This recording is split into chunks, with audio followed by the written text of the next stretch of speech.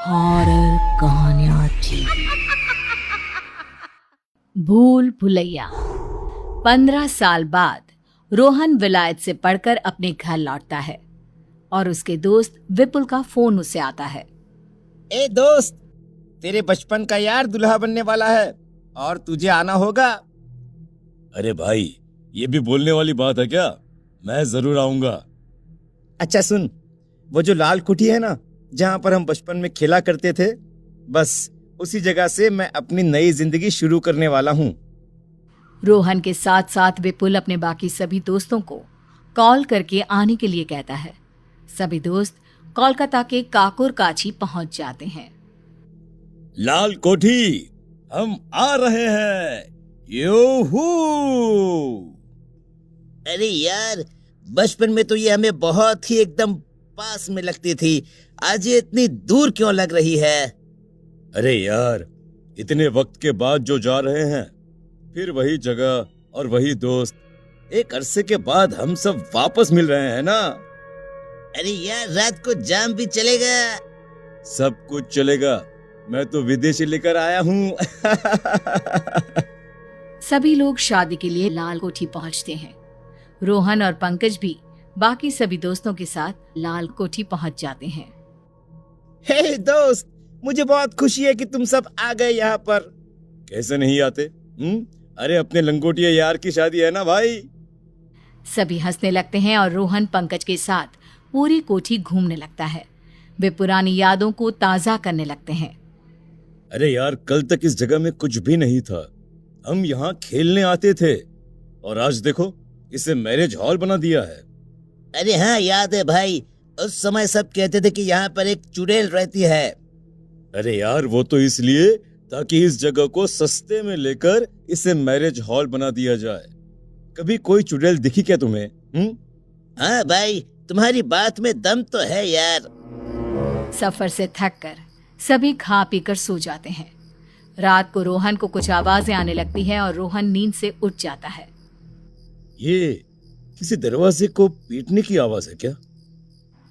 फिर दरवाजा जोर जोर से बजने लगता है और आवाज धीरे धीरे तेज हो जाती है।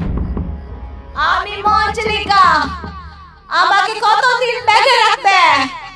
मैं फिर आऊंगी। আমি মঞ্জলিকা। रोहन ढूंढते ढूंढते उसी दरवाजे के बाहर आकर खड़ा हो जाता है जिसमें से आवाज आ रही थी। दरवाजे का लॉक लाल रंग के कपड़े से बंधा हुआ था और उस पर एक त्रिशूल लटका हुआ था जिस पर लाल रंग का सिंदूर चढ़ा था। कौन है? कौन है अंदर? আমি মঞ্জলিকা, আমি কেউ छोड़ते पारबे ना। रोहन बहुत हिम्मत करके उस त्रिशूल को हाथ लगाने जाता है। इतने में पीछे से जैस्मिन उसके कंधे पर हाथ रखती है। रोहन की सांसें 1 मिनट के लिए मानो रुक ही जाती है। वो पीछे पलटता है और उसकी जान में जान आती है। किसी ने तुम्हें बताया नहीं कि इस दरवाजे को हाथ नहीं लगाना है?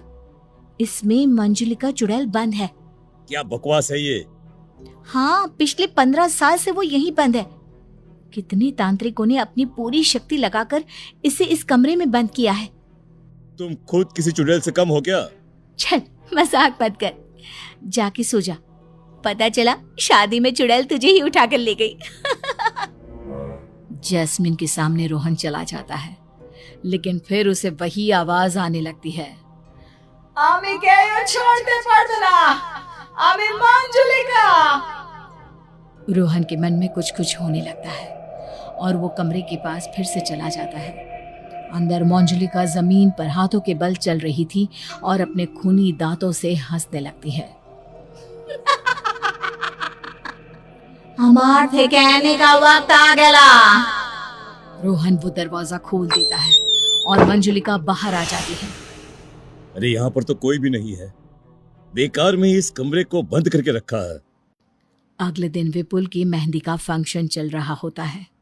सभी औरतें विपुल को घेर कर बैठी थी। इतने में ही रोहन औरतों के बीच में आकर बैठ जाता है। माथे पर बड़ी सी लाल बिंदी, नाक में बड़ी सी नथ और हाथों में मेहंदी की कूपी लिए मेहंदी वाली से कहता है, ए मेहंदी वाली, मुझे भी मेहंदी लगाओ। मुझे भी तैयार होना है, सुंदर लगना है। मुझे वो देखेंगे।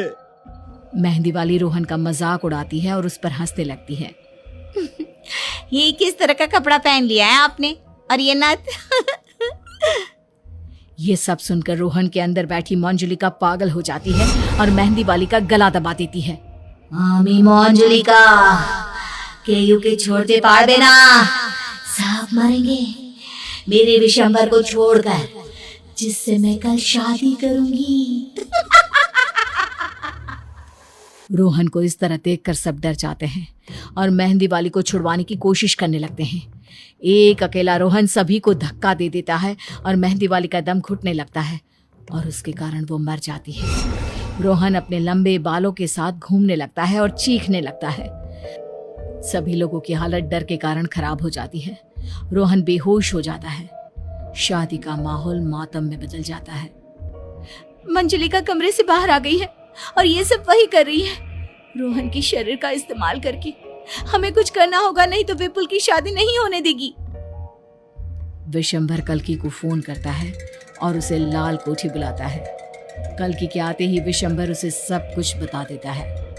विशंभर, आज से 15 साल पहले मैंने अपनी पूरी ताकत मंजुलिका को काबू करने में लगा दी थी, लेकिन आज मेरी ताकत कम पड़ेगी क्योंकि मंजुलिका अपनी दुगनी ताकत से वापस लौटी है। कल की तुम ही मेरी आखिरी उम्मीद हो। मैं अपनी पूरी ताकत लगा दूंगी, लेकिन इस बार उसकी शादी करवानी ही होगी हमें। रोहन जैसे ही होश में आता है, मंजुलिका की आत्मा उसके शरीर पर हावी हो जाती है। फिर वो लहंगा चोली पहनकर तैयार हो जाता है और सबके सामने आकर खड़ा हो जाता है। विशंभर कहता है, मंजुलिका, मैं तुमसे शादी करना चाहता हूँ, जो मैं जवानी में नहीं कर सका। मैं अपनी मंजू को देखना चाहता हूँ, इस रोहन को नहीं। सच बोल रहे हो तुम আমাকে ভালোবাসি? সত্যি, আমি তোমাকে খুব ভালোবাসি। ये सुनकर मंजुलिका रोहन के शरीर को छोड़कर बाहर आ जाती है। जैस्मिन विशंभर के पास आती है और मंजुलिका चुड़ैल जैस्मिन का गला दबाकर उसे ऊपर उठा देती है। कोई मेरे विशंभर के पास नहीं आ सकता। छोड़ दो मंजुलिका, मैं अब तुम्हारा हूँ, बस तुम्हारा। मंजुलिका जैस्मिन की गर्दन तोड़ देती है और उसका खून पी जाती है और वो मर जाती है। विशंभर अब और जाने जाते नहीं देखना चाहता। वो मंजुलिका से कहता है, आओ मंजुलिका, हम शादी कर लेते हैं। पंडित जी, आप मंत्र चालू करो। तब रोहन कहता है, अरे मंजुलिका, तुम इस तरह से शादी करोगी? क्या तुम अपनी शादी में अच्छी नहीं दिखना चाहती हो? अरे तुमने तो जेवर भी नहीं पहने हैं। विश्वंभर अंकल को जेवर बहुत पसंद है। मेरी शादी में मैं बहुत अच्छी दिखूंगी, सबसे अच्छी। मैं भी आती हूँ। मंजुलिका अपने मुंह पर लगे खून को साफ करती है और उसी कमरे में चली जाती है जहां इतने सालों से वो बंद थी। जैसे ही वो कमरे में जाती है, कल्कि उस कमरे को बंद कर देती है और अपने मंत्रों से उसे बांध देती है और वापस से वो त्रिशूल उसके लॉक पर लगा देती है। मेरी एक गलती ने मेरे दोस्त की शादी खराब कर दी और मैं अपनी सबसे अच्छी दोस्त को खो बैठा। अंदर से गुस्से में बौखलाई मंजुलिका चीखने लगती है और दरवाजा पीटने लगती है। हमें कहीं छोड़ दे